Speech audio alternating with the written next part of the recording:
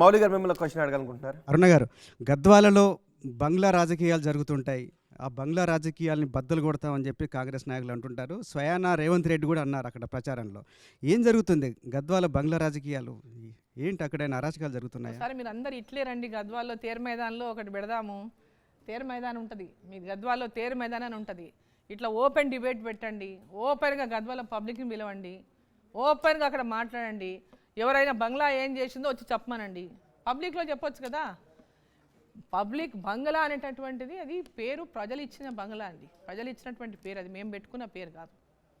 అది అర్ధరాత్రి వచ్చినా అపరాత్రి వచ్చినా ఆ బంగ్లాల్లో ప్రతి ఒక్కరికి కూడా సహాయం పొందేటటువంటి బంగ్లా అది, ప్రతి ఒక్కరికి సహాయం ఆసరా ఇచ్చేటటువంటి బంగ్లా అది. అర్ధరాత్రి కూడా 2 గంటలకు కానీ 3 గంటలకు కానీ డైరెక్ట్గా ఒక ఆడపిల్ల మా ఇంట్లోకి వచ్చి ధైర్యంగా ఏదైనా ఇబ్బంది ఉంటే చెప్పుకునేటటువంటి ఒక ఫ్రీడమ్ అనేటటువంటి బంగ్లా అది. కేవలం అందరికి సహాయం మాత్రమే దొరికితే ఎందుకు వాటిని బద్దలు కొడతామన్నారు కాంగ్రెస్ వాళ్ళు? ఓర్వలేక, ఆ పేరుని చూసి ఓర్వలేకని ఇంకేముంటుంది చెప్పండి.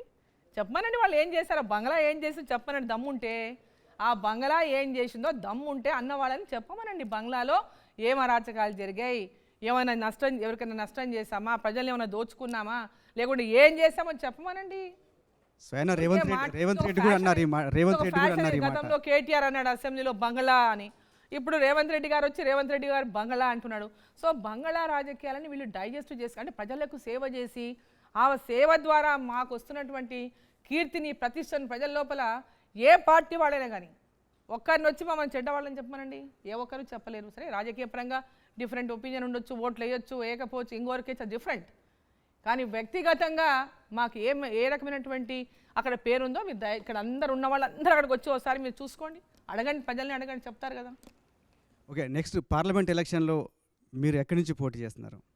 మహబూబ్ నగర్ నుంచే పోటీ చేయాలని ఒక ఆలోచన, అధిష్టానం నిర్ణయం తీసుకోవాల్సింది అధిష్టానం. అక్కడ నుంచి మీ పార్టీ నాయకుడు జితేందర్ రెడ్డి కూడా పోటీ పడతానని చెప్తున్నారు. ఎవరైనా పోటీ పడవచ్చు, ఎవరైనా ఆశించవచ్చు, తప్పు లేదు దాంట్లో. బట్ నిర్ణయం జాతీయ పార్టీ చేస్తుంది కాబట్టి, జాతీయ పార్టీ లాస్ట్ టైం నేను కంటెస్ట్ చేశాను, మీకు అందరికీ తెలుసు. లాస్ట్ టైం నేను 19లో భారతీయ జనతా పార్టీ నుంచి కంటెస్ట్ చేశాను.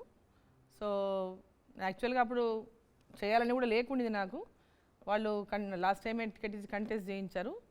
మంచి ఓట్లు వచ్చాయి, 15 డేస్ కూడా లేకుండానే చాలా మంచి ఓటు బ్యాంక్ని అక్కడ మేము లాస్ట్ టైం తీసుకోవడం జరిగింది.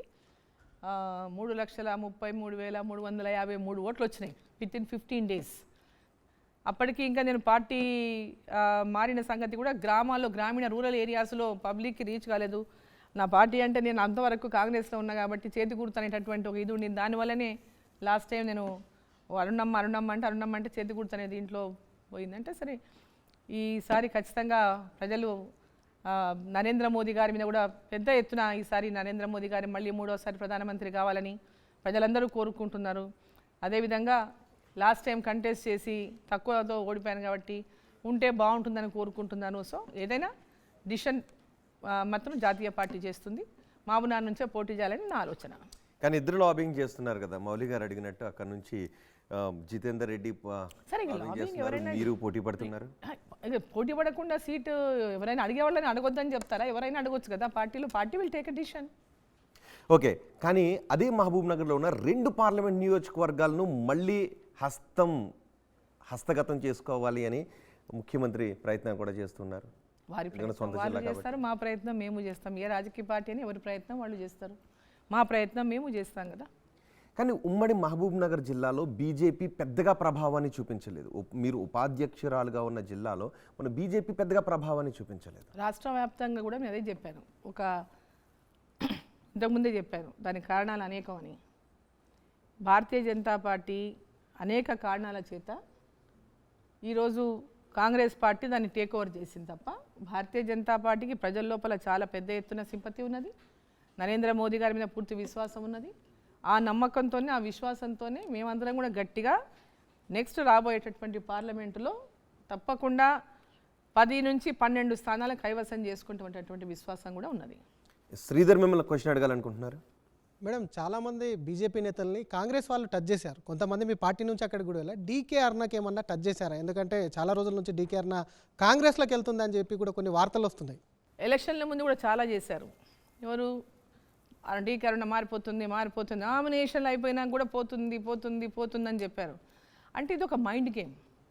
ఒక పార్టీని ఒక వ్యక్తిని అంటే అంటే ఒక డీకే అరుణ వస్తుంది అంటే మామూలుగా ప్రజల లోపల వేయడానికి డీకే అరుణ గారు కూడా కాంగ్రెస్లోకి వచ్చేస్తున్నారట అంటే అటువంటి ఒక మాహోల్ క్రియేట్ అయిపోతుంది. సో ఆ మాహోల్ క్రియేషన్ కూడా వాళ్ళకి చాలా బాగా పనికి వచ్చింది అది. సో డీకే అరుణ పార్టీ మారుతుందా మారతలేని సంగతి కాంగ్రెస్ పార్టీ వాళ్ళకి చాలా బాగా తెలుసు. డీకే అరుణ పార్టీలోకి వస్తుందా రాదా అనే సంగతి వాళ్ళే చెప్పగలుగుతారు. టచ్ చేసే ప్రయత్నం ఏమన్నా చేసినా మిమ్మల్ని సంప్రదించి అది చేసే ప్రయత్నం రకరకాలుగా చేసిన నా దాకా వచ్చి నా ముందు కూర్చొని నన్ను అడిగేటటువంటి అవకాశమే నేను ఎవరికి ఇవ్వలేదు. మరోవైపు కొంతమంది నేతలు ఇందాక అడిగినట్టు ఎందుకు పార్టీలో చాలామంది నేతలతో గ్రూప్ తగాదాలు పడలేకెళ్ళారా లేకపోతే పార్టీ మీద నమ్మకం లేకెళ్ళారా? సో అది వాళ్ళ ఓన్ అభిప్రాయాలు, దాంట్లో నేను మాట్లాడడం కరెక్ట్ కాదు. ఇట్స్ దేర్ ఓన్ వాళ్ళ ఆలోచనలకు నేను చెప్పడం దానికి సమాధానం చెప్పడం కూడా కరెక్ట్ కాదు. అరుణ్ గారు గత ఎన్నికల్లో కిషన్ రెడ్డి ఓడిపోయి ఆ తర్వాత ఎంపీగా పోటీ చేసి కేంద్ర మంత్రి అయిపోయారు. గత ఎన్నికల్లో రేవంత్ రెడ్డి కూడా ఎమ్మెల్యేగా పోటీ చేసి ఓడిపోయి ఆ తర్వాత ఎంపీ అయ్యారు. అఫ్కోర్స్ ఇప్పుడు సీఎం అయ్యారు. మీరు అసలు ఈ గత ఎన్నికల్లో అసెంబ్లీ ఎన్నికల్లో మీరు పోటీ చేస్తారని అనుకున్నారు, కానీ అనూహ్యంగా బ్యాక్ స్టెప్ చేశారు.